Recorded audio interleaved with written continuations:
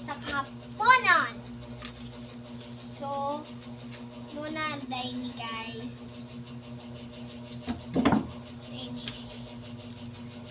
Basa, ari ay sa. What kind of activities do you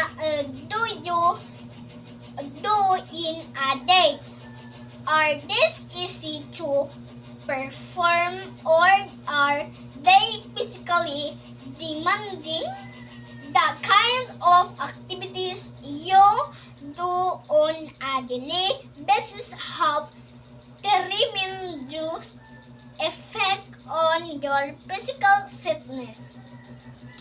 This is because regular physical activities can help improve or maintain your fitness level. On the other hand, the lack of physical activities can contribute to its decline.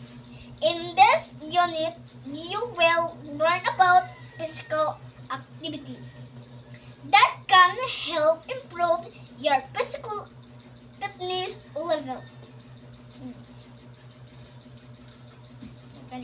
Which activities do you perform daily and which ones only twice or thrice a week?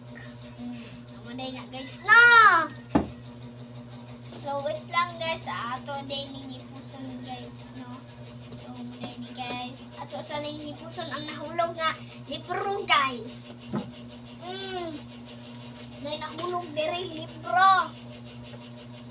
Nahulog na yung mga libro dire.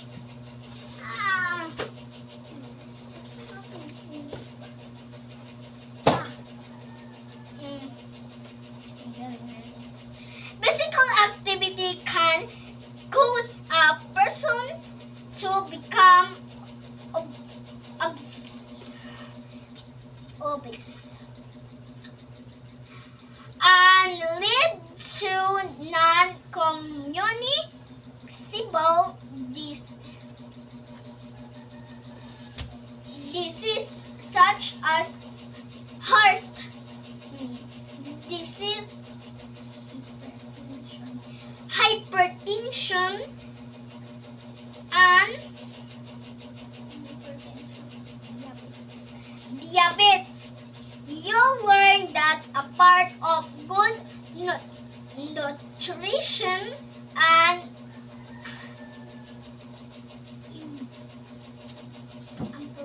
ample rest